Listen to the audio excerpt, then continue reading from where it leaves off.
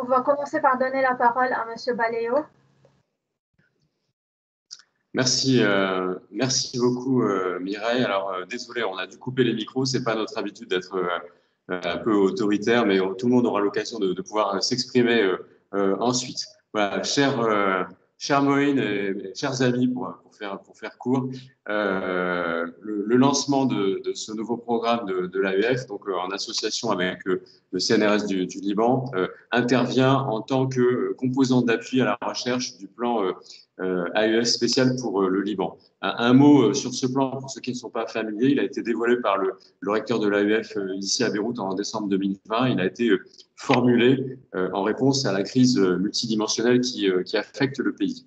L'AEF, nous portons la conviction qu'il est indispensable de conserver le potentiel universitaire, éducatif et scientifique du pays. C'est essentiel pour l'avenir du Liban, de sa jeunesse, de sa capacité à produire l'expertise que vous représentez tous ce soir, les compétences, les qualifications socio-professionnelles nécessaires au futur relèvement du pays.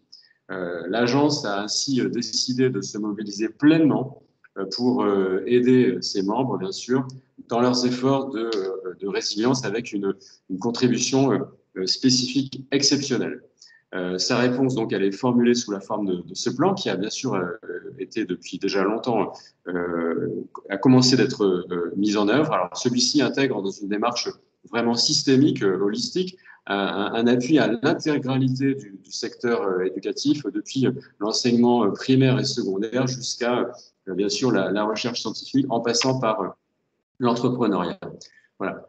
L'AEF affirme avec force son positionnement en faveur du développement, j'ose pas dire du maintien de la recherche scientifique, et aussi en même temps nous nous positionnons comme un interlocuteur des pouvoirs publics et un partenaire de l'élaboration des politiques publiques. Donc ce plan, il a été conçu pour certaines de ses composantes en concertation étroite avec les autorités éducatives d'une part, et aussi scientifique du Liban, et donc avec le CNRS Liban.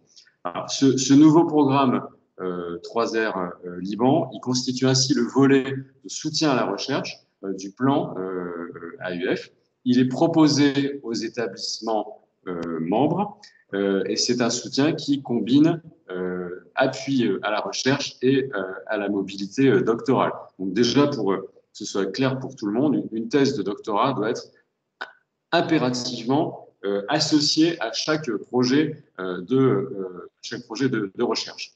Alors, cet appel, je voudrais le préciser, cet appel est spécifique au Liban et il prend le relais ici au Liban des anciens dispositifs de l'AEF qui s'appelaient ou qui s'appellent toujours Programme de coopération scientifique universitaire ou PCSI, soutien à la mobilité doctorale et projet de recherche conjoint AEF CNRS Liban. Mais en fait, ces trois dispositifs, ils étaient plus adaptés au contexte de crise avec l'effondrement en valeur des cofinancements des partenaires libanais. Et nous, on a eu des constats de démission de doctorants, d'impossibilité pour certains projets de financer ne serait-ce que les petits consommables et puis de thèses à l'arrêt dans un certain nombre de laboratoires au Liban.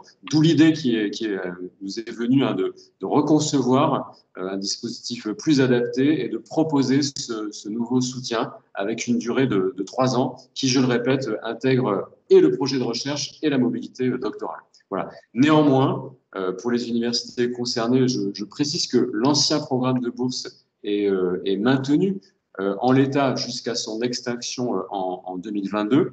Alors, on ne va pas recruter, bien sûr, de nouveaux doctorants. Je voudrais aussi préciser qu'on a fourni un effort financier important avec une augmentation pour cette année et pour l'année prochaine de l'allocation qui est versée par l'AEF aux boursiers libanais qui étaient déjà engagés dans le programme et qui se traduit pour la majorité d'entre eux par un doublement de l'allocation de mobilité doctorale.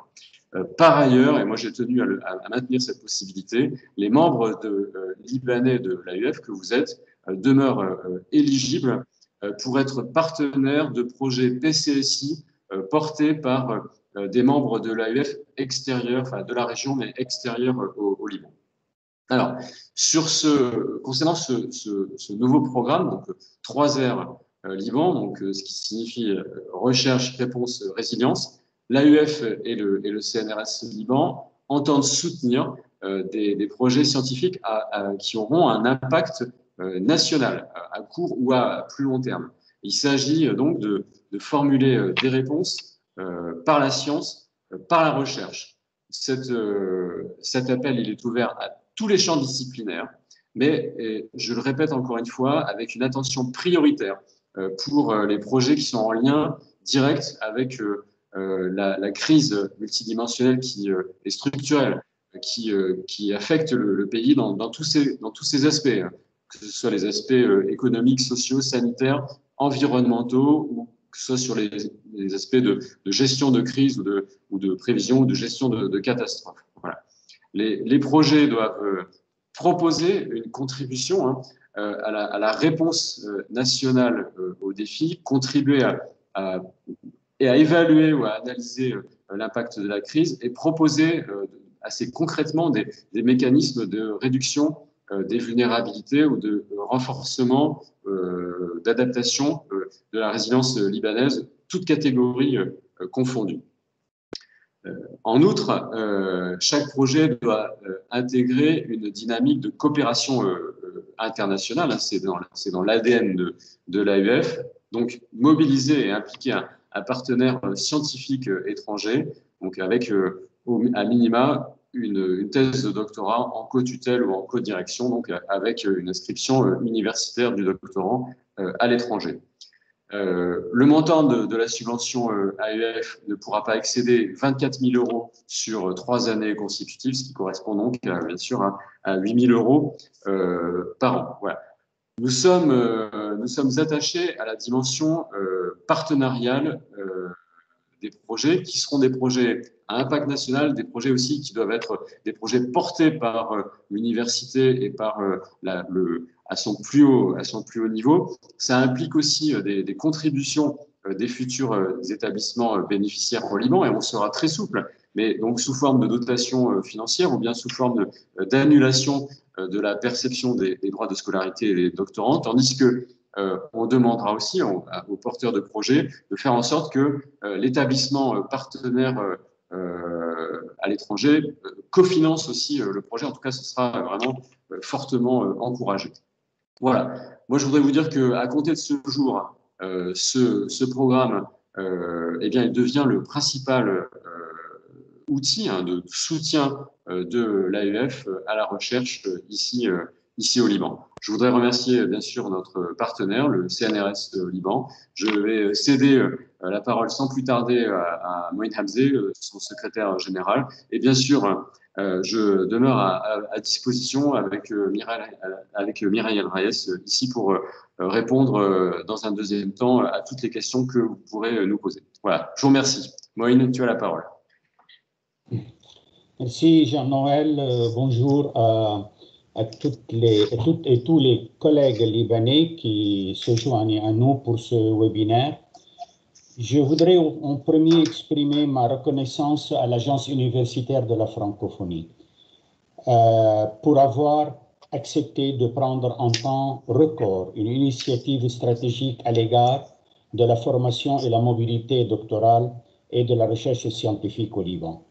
Depuis son arrivée au Liban, il y a quelques mois, M. Jean-Noël Baléo n'a pas épargné ses efforts pour bâtir cette coopération et qui a été vite validée par le recteur de l'Agence universitaire de la francophonie au cours de sa récente visite au Liban. Merci également à toute l'équipe du CNRSL, de l'AEF, pour leurs efforts à construire, à diffuser ce programme et bien entendu, à organiser ce webinaire. Les défis, les frustrations, les déceptions ne manquent pas au Liban. La crise du Covid-19, les crises financières et leur impact sur le fonctionnement de nos universités et le financement de nos projets de recherche, sont en face de tout ce paysage tout ce paysage décevant, il y a la résilience des Libanaises et des Libanais, qui est à juste titre à la base des objectifs fondamentaux de ce programme. Le CNRS ne baissera pas les bras et n'abandonnera pas la communauté scientifique et universitaire libanaise. Nous comptons sur la fidélité et l'engagement de nos partenaires francophones, de nos partenaires français et européens pour trouver des moyens capables de sauver la recherche scientifique, l'innovation et la formation universitaire de qualité. Le niveau exceptionnel et les compétences des scientifiques libanais est un atout de valeur. La détermination de nos chercheurs à mettre leurs expertises au service de la société et de ces défis nombreux nous permettent de croire qu'il est possible de sortir du tunnel. Je vous invite à participer à ce programme 3R Liban, qu'a très bien expliqué Jean-Noël Balayot, et à être prêt pour une grande compétition qui s'ouvre aujourd'hui, étant donné le nombre limité de projets qui sera retenu, et pour essayer de bénéficier les meilleurs projets. Il n'y a que la qualité des projets et leur impact qui compte dans le choix, dans notre choix et celui de l'AUF. Je vous invite également à suivre les prochaines annonces du CNRSL sur ces nouveaux programmes de soutien à la recherche scientifique et à la mobilité doctorale. Merci à vous tous et bonne chance dans 3R Liban.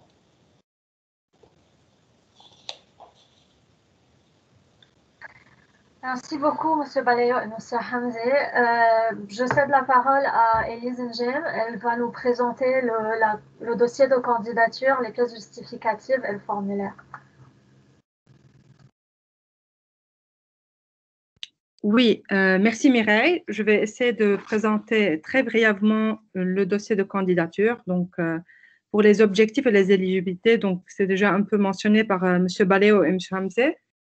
Juste que je partage une minute la présentation.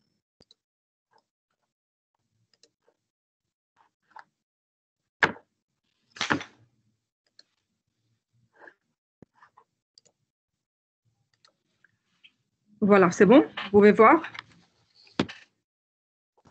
Normalement, ça prend quelques petites secondes avant de s'afficher chez tout le monde. Bon, Mireille, tu me dis si c'est bon pour que je commence? Pas encore. Ah, pas encore.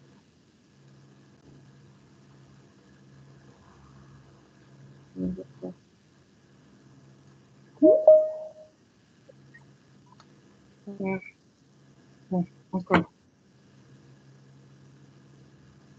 Voilà, c'est bon. C'est bon? Oui. D'accord, très bien.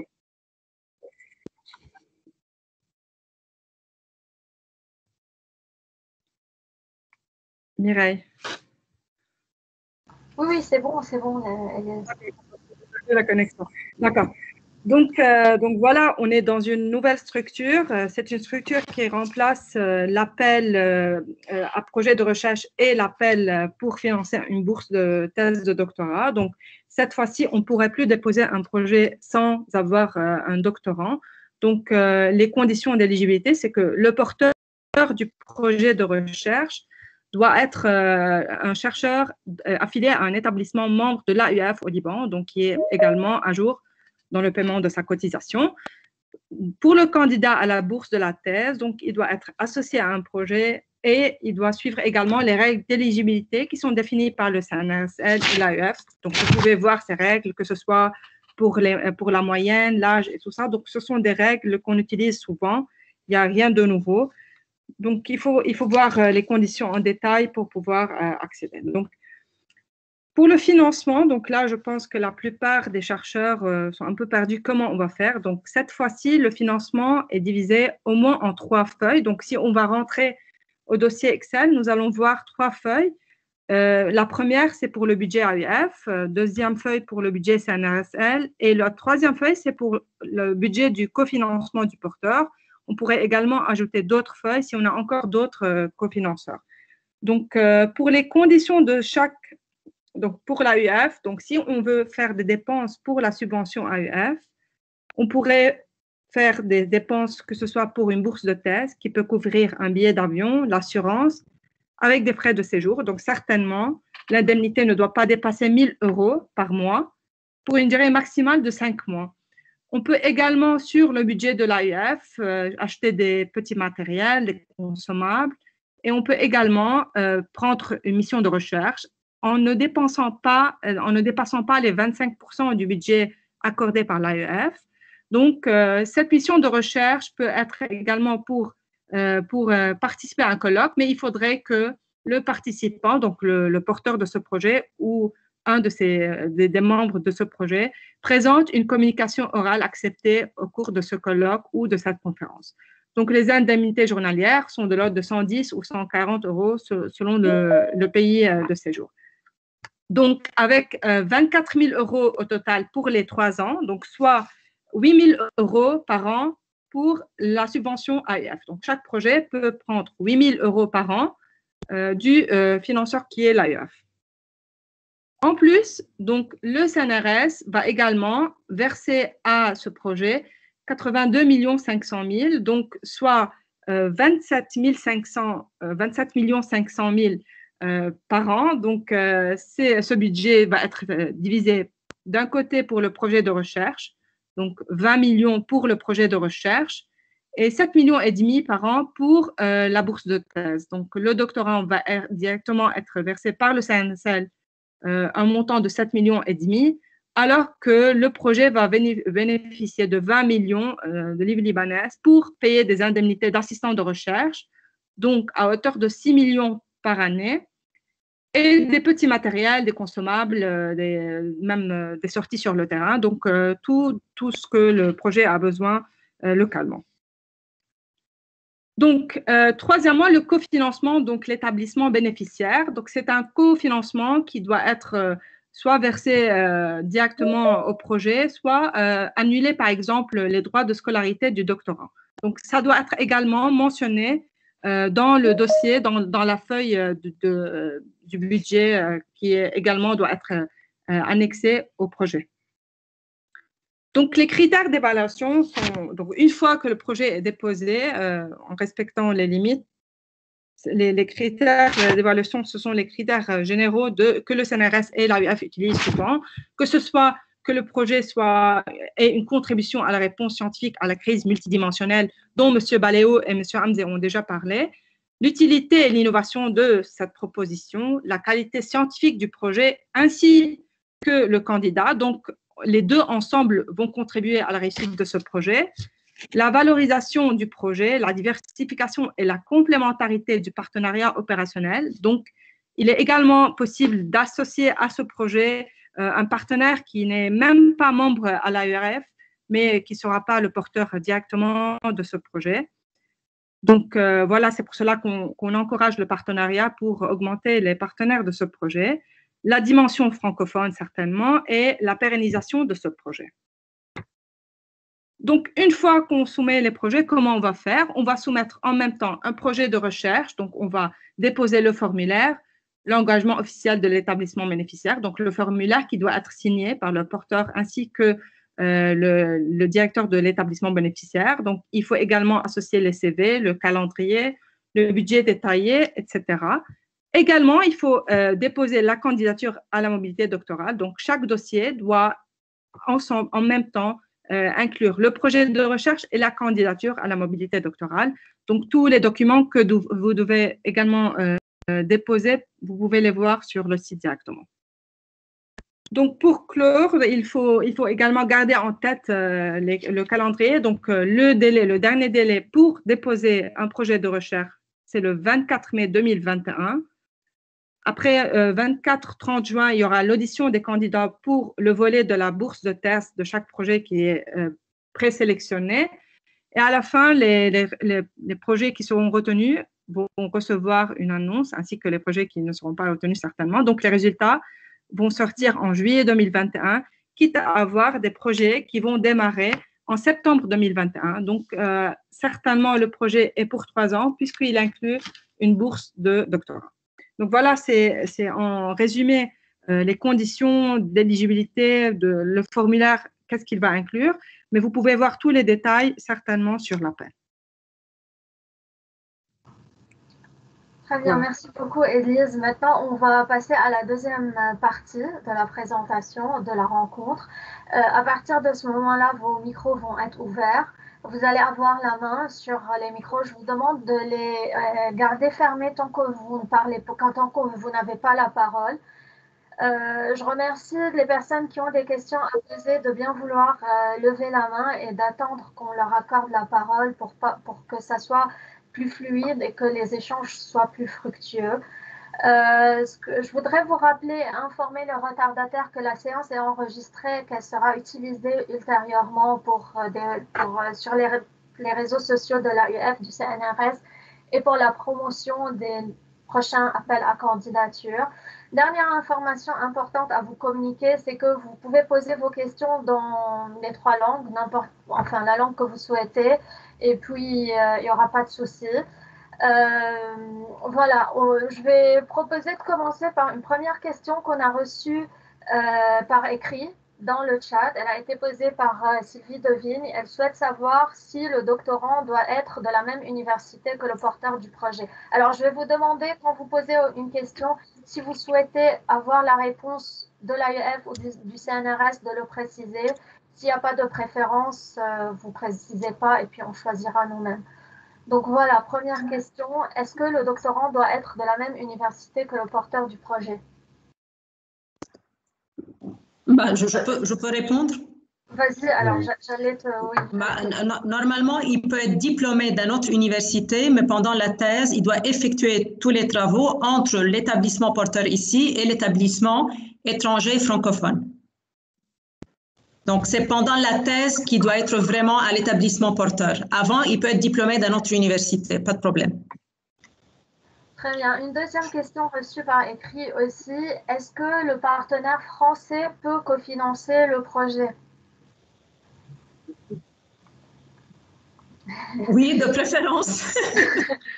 En fait, je dirais c'est l'objectif. C'est la cible. En fait, l'idéal, c'est qu'il paye une contribution pour le doctorant pour que l'équipe porteuse libanaise puisse économiser sur les 8 000 € pour les utiliser pour acheter des consommables ou des petits équipements. Donc, l'idéal, c'est que quand le doctorant il est en France, par exemple, en Belgique ou autre, que l'établissement d'accueil étranger puisse le payer, par exemple, 2-3 mois de son séjour. Le reste sera pris sur l'allocation AUF. Et donc, comme ça, il reste un peu d'argent pour le chef du projet pour le dépenser autrement. Alors, ce point sera pris en considération pendant l'évaluation et comme ça a déjà été souligné, le partenaire étranger n'est pas forcément français à 100%. Voilà, c'est une précision qui mérite d'être apportée. En fait, c'est un appel ouvert entre le Liban et tous les pays tous les pays. Donc, Mireille, je peux ajouter un petit commentaire? Oui. Non, je voudrais préciser qu'en ce qui concerne le doctorant et ses relations avec le porteur du projet, ce que nous avons compris dans ce projet, c'est que le doctorant doit faire partie de l'équipe du porteur du projet. Le doctorant doit être dirigé pédagogiquement et scientifiquement par le porteur du projet. Il ne peut pas emprunter un doctorat à un collègue ou à une autre institution. Très bien. Donc, très bien. Maintenant, alors, on passe aux mains levées. Je vois déjà qu'il y en a. On commence par M. Khalaf. Bon, je vous remercie infiniment pour cette séance-là. Vous m'entendez là? Oui, parfaitement. Très bien. Bon, j'ai une question simple et plutôt c'est une question d'ordre pratique. Donc, on sait très bien que le CNRS, il est obligé de payer, de gérer donc le financement en livre libanaise. Et actuellement, j'ai un projet avec le CNRS AUF. Donc, tout le virement du côté AUF a été envoyé vers le CNRS. Malheureusement, cette l'argent il est libanisé. Est-ce que pour ce R3, est-ce que le candidat ou bien le porteur de projet, il va avoir l'argent directement de l'AEF ou bien il va être transféré au CNRS et perdre une grande partie de sa valeur? En fait, je me permets de répondre. L'AUF n'a pas de problème à ce niveau-là. C'est les accords avec les établissements partenaires et les exigences des établissements partenaires qu'on est tenu de respecter. Pour certains partenaires, c'est pas possible. L'université ou l'établissement, le centre de recherche, dès qu'ils signent une convention, la Cour des comptes, surtout quand il s'agit d'un établissement officiel, ils retracent l'argent. Il faut que l'argent transite par eux. Des fois, quand ce n'est pas le cas et que l'établissement d'origine n'a pas de souci, nous, on s'adapte. Mais cette exigence et ce problème, il ne vient pas de l'AUF, il vient de l'établissement porteur du projet. Donc, ça sera étudié au cas par cas au moment venu quand les projets seront retenus. Pour chaque porteur de projet, on s'adaptera aux contraintes administratives de l'établissement. Ok, merci Mireille. Alors, Madame Mireille, je voudrais rassurer un peu les participants sur le fait que la majorité de la contribution de la part de l'AUF, qui est de l'ordre de 8 000 € par an, qui sera utilisée sous forme de fresh money. Hein? On fera de notre mieux pour que cet argent garde sa propre valeur et sera utilisé comme fresh money, ne sera pas soumis aux contraintes budgétaires de la Banque du Liban ou bien des comptes en livres libanais. Ouais. Ça, c'est une nouvelle positive. Ça, c'est à l'origine de tout ce projet de maintenir la valeur, que cette contribution de l'AEF soit vraiment significative dans le cadre de ce programme. Merci. Very good. Très bien. Alors, Madame Sakir. Oui, bonjour. Bonjour.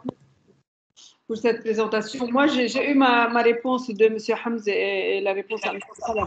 Donc, le problème avec cet argent, c'est que cet argent, si on peut le garder en fresh money ou bien faire un virement à l'étranger pour toutes les manips qu'on va avoir à faire là-bas. Donc, c'est ça qui nous limite actuellement. Donc, si on peut le garder, comme le dit M. Hamze, en fresh money, c'est parfait. Voilà. Très bien. Alors, une troisième question, je vais donner la parole à M. Saab, M. Joseph Saab. Merci Mireille, Joseph Saab de l'USEC. En premier, en fait, je tiens à remercier à travers M. Léo et M. Hamze le CNRS en fait, et le AUF qui n'ont jamais en fait manqué d'occasion pour soutenir les chercheurs libanais, surtout dans cette période très difficile, aussi nos partenaires français aussi en même temps. Donc, ma question, en fait, concernant l'argent, en fait, c'est relativement clair, on va dire relativement. Et pour le doctorat, en fait, est-ce que c'est obligatoire qu'il soit recruté avant le dépôt de candidature? Est-ce qu'il soit en fait obligatoire en première année ou deuxième année ou en cours de recrutement? On peut en fait déposer notre dossier. C'est ça ma question et merci beaucoup. Oui, bonjour Joseph. Normalement, dans les conditions, il doit être au moins admis. Il peut ne pas être inscrit, bien entendu, parce que s'il doit démarrer à la rentrée, ça veut dire qu'il n'est pas encore inscrit. Mais au moins, il faut avoir les admissions définitives des écoles doctorales concernées ou des facultés où il va s'inscrire pour que, si le dossier est évalué positivement, il peut être directement inscrit en thèse à la rentrée 2021. Merci. Très bien. Je vais reprendre quelques questions reçues par écrit donc dans le chat. C'est pour rebondir sur la première question sur l'inscription des doctorants. Qu'en est-il des universités qui ne délivrent pas le diplôme de doctorat? Est-ce qu'elles sont exclues de l'appel? Non, j'ai répondu à la question de Sylvie. En fait, ils ne sont pas exclus. la thèse peut être en codirection. Dans ce cas-là, le doctorant, il s'inscrit uniquement à l'étranger et il effectue la thèse en codirection avec le Liban. Mais à condition que pratiquement, vraiment, il passe 6 à 7 mois minimum au Liban pendant la thèse, chaque année. Très bien. Alors là, on passe à l'anglais. C'est une question reçue de Monsieur Abbas Hassan. What about students that are studying PhD but are looking for funds to support their project? Donc, je suppose qu'il s'agit de projets qui ne sont pas intégrés à des projets de recherche. Exactement. Donc, they are not eligible. Voilà. Et simplement pour compléter sur la question précédente, les centres de recherche, donc le CNRS du Liban, l'IRAL, voire d'autres qui sont membres de l'AEF, sont aussi éligibles en mobilisant le même type de mécanisme de thèse en codirection. Moi, je voudrais dire que pour les étudiants qui sollicitent une bourse, disons, pour le doctorat, c'est peut-être pas le bon programme pour eux. Hein.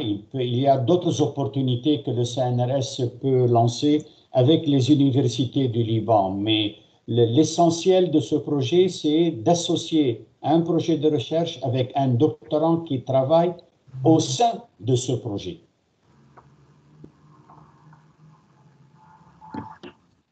Très bien. On va passer à une nouvelle réponse. Donc, can a French partner, not the lab, be involved in 2 different projects? Alors, juste pour rappel, encore une fois, ce n'est pas un appel pour le français uniquement, c'est un appel pour tous les membres AUF.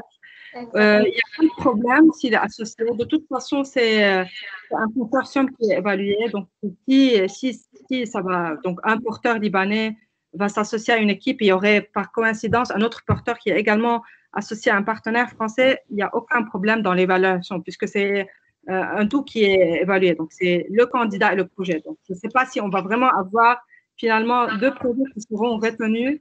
Donc, de toute façon, je suis désolée, j'ai répondu en français. Il fallait que je réponde en anglais. Shadi. Donc, Shadi. Actually, there's no problem at all to have a French partner involved in 2 different projects because we are evaluating the consortium, donc the project plus the PhD student.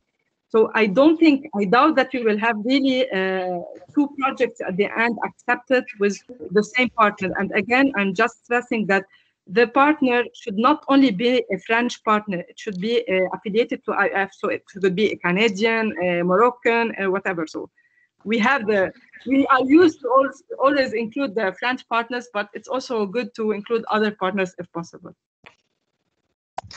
Et je vais encore ajouter, when the consortium is bon, ça va pas marcher en anglais. Quand le partenariat est diversifié et multilatéral, c'est un facteur en fait qui sera pris en considération et c'est un plus pour le dossier. Donc voilà, une nouvelle question. Je crois qu'on a répondu, mais la personne peut-être est arrivée en retard. Est-ce que l'étudiant doit être déjà inscrit en thèse? Tamara a répondu à ça. Non, il doit être parce que je pense il y a un problème de compréhension dans le texte qu'on avait publié. En fait, le thésard, il doit être déjà repéré par le porteur de projet. Donc, son dossier de candidature, il doit être inclus dans le projet, mais il ne doit pas être inscrit en thèse. Il doit être admis en thèse. Ça veut dire, vous allez inclure une attestation comme quoi il est admis en thèse du côté libanais comme du côté étranger. Et c'est ensuite, une fois le projet et le doctorant sont sélectionnés, il va pouvoir s'inscrire en thèse. Donc, il n'y a pas obligation, non, pas du tout. Très bien. Une nouvelle question. Alors, notre public préfère écrire plutôt qu'intervenir. C'est pas grave, les deux fonctionnent. Donc, est-ce que le partenaire étranger recevra aussi 8 000 € par an? Donc, ça, c'est une question adressée probablement à l'AUF. En fait, c'est pas comme ça que ça fonctionne. C'est 8 000 € par an pour le projet. Après, comment le porteur avec ses partenaires vont répartir ce budget, c'est à eux de voir et à nous d'évaluer ce qui est proposé. Mais après, c'est que le porteur qui va recevoir son budget et c'est à lui de gérer. Voilà. Oui, sauf que Mireille, de préférence, il ne doit pas envoyer de l'argent qui est au Liban à son partenaire étranger. Ce n'est pas ça l'idée de l'appel. Est-ce que c'est possible? Même s'ils veulent le faire pour le moment, bon, bref, on verra bien. Mais théoriquement, c'est le porteur de projet qui reçoit l'argent. Et en principe, l'esprit du projet, c'est que le partenaire étranger apporte un soutien et il ne faut pas que ce soit lui le bénéficiaire. Le bénéficiaire, c'est le porteur du projet libanais, en priorité. Je voudrais apporter simplement un petit complément. Sur ce dispositif, comme sur tous les autres dispositifs de l'AEF, nous, à l'AEF, on est vraiment ouvert au cas par cas, compte tenu de la complexité de la situation au pays, pour étudier quelles sont les modalités de versement qui font que le projet peut se tenir et qu'il n'y a pas de perte, et notamment de perte de change. Donc, on étudiera vraiment au cas par cas. S'il faut verser en France, on sait verser en France.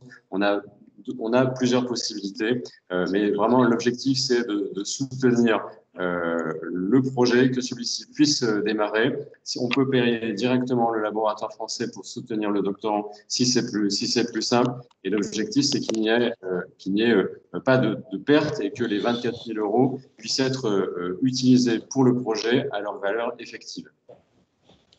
Moi, je voudrais ajouter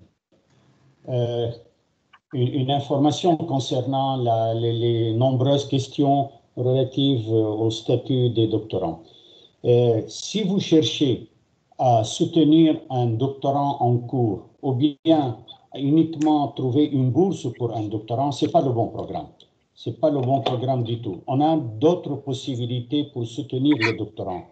Et ici, l'objectif et l'originalité de ce programme, c'est d'associer à la fois un projet de recherche où le doctorant est le maillon le plus utile et le maillon le plus actif dans le cadre de ce projet. Alors, je réponds en quelque sorte à plusieurs questions qui sont adressées concernant comment on peut aider les doctorants. Si votre objectif, c'est d'aider les doctorants, il y a d'autres programmes, mais ce n'est pas le bon programme pour vous.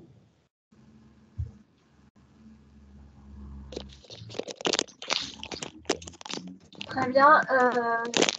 Encore une question concernant les doctorants et la limite d'âge. Pourquoi c'est plafonné à 30 ans? Ça, c'est Ouais, pardon. Vas-y, Tamara, vas-y. Non, c'est le règlement du CNRS qui est fixé par le gouvernement libanais. Très simple et bon, c'est comme ça. Je pense qu'on a fait le tour de toutes les questions reçues par écrit. Je ne sais pas si j'ai raté quelque chose, donc la personne peut toujours lever la main et reposer sa question, mais je crois que pour le moment, c'est tout. On a une personne, donc M. Aboumerad, qui souhaite prendre la parole. Oui, je vous remercie. Je voudrais saluer cette initiative, magnifique initiative, qui est très porteuse et qui vient remplir un vide ou, disons, répondre à une situation d'urgence. Mais le problème avec ce projet, c'est qu'il remplace d'autres processus qui étaient en place ou qui étaient disponibles ou qui étaient possibles de la part de l'AEF. Or, apparemment pour le CNRS, d'autres processus de soutien sont encore possibles, mais avec ces conditions restrictives qui apparaissent ici, que ce soit sur le plan du couplage doctoral avec le projet de recherche, avec des conditions restrictives comme celle du CNRS, donc la question de l'âge, cela fait que d'autres voies donc, de soutien qui étaient possibles du côté de l'AEF vont être un peu marginalisées ou disons impossibles à pratiquer. C'est simplement cette réserve-là que je voudrais émettre, c'est que les recherches sur des thématiques un peu moins urgentes, sur des thématiques qui ne relèvent pas de cette situation d'urgence qui est bien sûr prioritaire, vont être complètement écartées du champ du soutien de l'AEF, ce qui est quand même regrettable. Voilà. Alors, je vais intervenir. Bien entendu, c'est un point que nous avons pris en considération. Après, il a fallu effectuer un arbitrage, mais vu la sévérité de la situation, on a souhaité opter pour ce choix.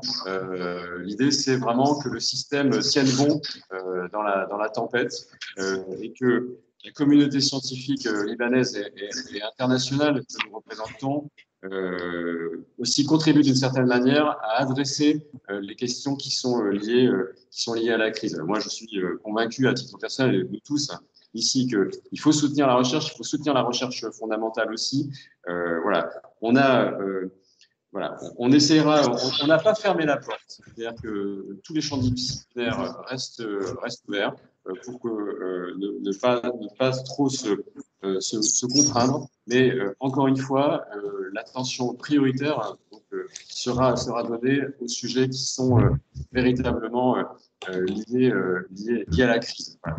Après, on a laissé une petite ouverture aussi sur des projets à dimension régionale qui sont multidisciplinaires et non liés à ce programme, non liés à la crise, donc, et sur lesquels les chercheurs libanais peuvent toujours intervenir. Et puis, je l'ai dit aussi d'emblée, nos programmes, un d'entre eux n'a pas pu être lancé l'an dernier, et sur le programme de doctorat, on a eu toute une série d'émissions qui nous ont amenés à prendre des mesures un peu vigoureuses. Voilà aussi un petit peu ce contexte, mais je le comprends parfaitement. Moi, je voudrais ajouter en ce qui concerne les programmes du CNRS.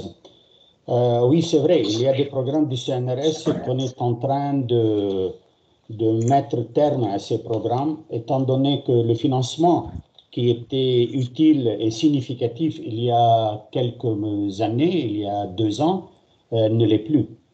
Le CNRS était en train de financer les boursiers au Liban à hauteur de 7 500 000, ce qui était l'équivalent de 5 000 $, alors qu'actuellement, ça ne fait même pas 1 000 $. Et vous comprenez très bien, chers collègues, que les subventions de recherche qui étaient en moyenne de 10 à 15 millions de livres libanaises, maintenant, actuellement, cette somme ne représente rien pour un chercheur, même dans des disciplines qui ne demandent pas de l'équipement ni du matériel. Alors, ou bien on arrête, ou bien on trouve d'autres solutions. On a changé, on a remplacé nos programmes habituels pour sauver les contributions et sauver les grands programmes du CNRS. Vous le savez déjà qu'on a fixé la date du 30 juin pour tourner la page. Le 30 juin, on tourne la page et les 450 projets de recherche et les doctorants qui sont en cours, on va tourner la page et on va liquider tous ces projets en cours pour se lancer sur des nouvelles bases pour avoir des formules beaucoup plus adéquates. Et la formule la plus adéquate, ce n'est pas d'augmenter la contribution en livres libanaises. Quelle que soit l'augmentation qu'on peut garantir, même 100%, si on garantit nos contributions, nos subventions de 100%, c'est loin d'être suffisant pour mobiliser des chercheurs. La seule formule, c'est de chercher des partenariats, comme ce partenariat qu'on a établi avec l'AEF et avec d'autres institutions qu'on va annoncer dans les 2 semaines, dans les 2 prochaines semaines.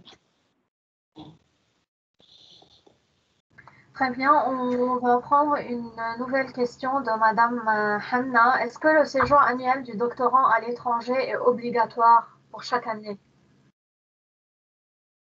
Question AEF. Question En fait, des fois, si vous souhaitez que le séjour chevauche sur 2 années, ça vous fera des économies de billets d'avion. En fait, la seule exigence, c'est l'intérêt de la thèse. Quand vous déposez un dossier, il faut justifier le séjour et proposer un programme. Qu'est-ce que cet étudiant va partir faire lors de son séjour à l'étranger? Et si votre proposition nous semble pertinente et correcte, ben après, c'est une question de gestion du budget aussi. Donc, c'est à voir en fonction du sujet, du budget et des exigences des laboratoires à l'accueil et à l'origine. Voilà. Mais par contre, je pense que dans ce cas-là, les 7 500 000 du CNRS, ils sont maintenus. Il sera... Oui. Voilà. Nous, c'est une somme forfaitaire. Du côté du CNRS, c'est une somme forfaitaire. Donc, indépendamment si c'est 6 ou 7 mois ou 8 mois au Liban, il va toucher les 7 500 000. Pour la question de mobilité, je pense que dès le départ, l'AEF œuvrait pour qu'il y ait une mobilité du doctorant vers un pays étranger francophone. Mais comme ça a été dit par Mireille, c'est à vous de voir comment vraiment optimiser les dépenses. Par exemple, si vous prenez les 3 derniers mois de la première année et ensuite les 5 premiers mois de la deuxième année, ça fait 8 mois d'un coup à l'étranger, mais c'est compté comme si c'était 3 mois la première année, 5 mois la deuxième année. Donc, c'est tout à fait faisable. C'est à vous de voir dans le calendrier d'alternance comment vous allez gérer l'argent. Voilà, il faut que ça fasse sens en fait, que le calendrier, le programme du doctorant soit cohérent et que ça ait du sens. Donc, pour le moment, je pense qu'il y a une question qui a été posée par Madame Zen, donc Lubna Zen, mais qui n'est plus avec nous. Donc, est-ce qu'il y a des sujets prioritaires? C'est dans l'appel à candidature. C'est la priorité, c'est de proposer une réponse à la crise multidimensionnelle que traverse le Liban. Elle est tellement vaste, cette crise, que théoriquement, elle est censée couvrir beaucoup de thématiques. Donc, en principe, c'est la seule priorité. Donc, je ne sais pas si vous voulez ajouter quelque chose. Pour le moment, ah voilà, elle vient de revenir, Madame Zem. Peut-être Élise, elle peut ajouter quelques éléments sur les priorités thématiques. Plutôt que de projets prioritaires, on a des thématiques prioritaires. Élise? Oui, donc voilà, donc il faut vraiment que ce soit, on va encourager certainement tout ce qui est pluridisciplinaire, comme d'habitude, mais Mireille vient de répondre à tellement de crises actuelles que vraiment ça peut couvrir tous les aspects économiques, médicaux, environnementaux, sociologues. Donc on peut avoir des thématiques dans tous les domaines. Donc c'est un appel pour tous les champs disciplinaires. On va vraiment pas prioriser un champ par rapport à l'autre. C'est vraiment comment on va aborder le projet. Et certainement, on encourage toujours tout ce qui est pluridisciplinaire. Très bien. En principe, on a fait le tour de toutes les questions. Je ne sais pas si j'ai raté quelque chose ou si vous voulez encore ajouter quelque chose, mais en principe, c'est toutes les questions. Donc, si vous voulez encore ajouter quelque chose avant de conclure. Juste pour dire qu'il y a l'adresse email aussi sur laquelle on peut recevoir les questions. On répondra avec plaisir à toutes les interrogations des collègues. Voilà, vous pouvez nous appeler aussi, donc, mais bon, en ce moment, avec le confinement, le déconfinement partiel, on n'est pas tout le temps au bureau, donc il vaut mieux écrire. Les adresses sont dans les documents. Vous pouvez écrire au CNRS ou à l'AEF ou aux deux. Donc voilà, je vous remercie tous pour votre présence. Moïne, peut-être un mot si tu veux dire. Pardon. J'ai dit peut-être, Moïne, peut-être que tu veux dire un mot de... Non, moi je souhaite que les Libanais et les Libanaises soient très nombreux pour présenter des projets, malgré le nombre limité des projets ou bien le taux de réussite, de succès qui sera un peu limité, mais n'empêche que c'est un exercice très utile pour la première fois où on propose un tandem recherche-doctorant. C'est très utile. C'est aussi utile pour les universités, pour les financeurs, les financeurs de ce programme. Et je suis sûr et certain que nos collègues ne vont pas hésiter à essayer leur chance. Et je les rassure qu'il n'y a pas de quota, il n'y a pas de quota, il n'y a pas de quota, il n'y a que la qualité du projet qui compte. Alors, je peux confirmer effectivement que la notion de quota, elle est totalement étrangère à notre vision des choses ici à l'AEF. Et moi, je ne peux qu'inviter nos amis, tous nos collègues chercheurs, voilà, à prendre le stylo, l'ordinateur et à démarrer le travail. L'objectif, c'est une contribution collective des chercheurs au relèvement du pays. Et chacun doit pouvoir proposer une forme de solution. Et nous serons là pour accompagner la conception des projets et ensuite accompagner avec le plus de souplesse possible leur exécution. Voilà. Il me reste à remercier pour mon côté Mireille pour l'animation de la séance, tous les partenaires du CNRS et bien sûr tous les chercheurs qui nous ont fait l'honneur et l'amitié d'être présents avec nous ce soir. Voilà. Merci et bon courage à tout le monde. Merci. Bonne soirée. Bonne soirée. Au revoir. Merci beaucoup, bonne soirée. Ah, tout le monde, et bonne soirée.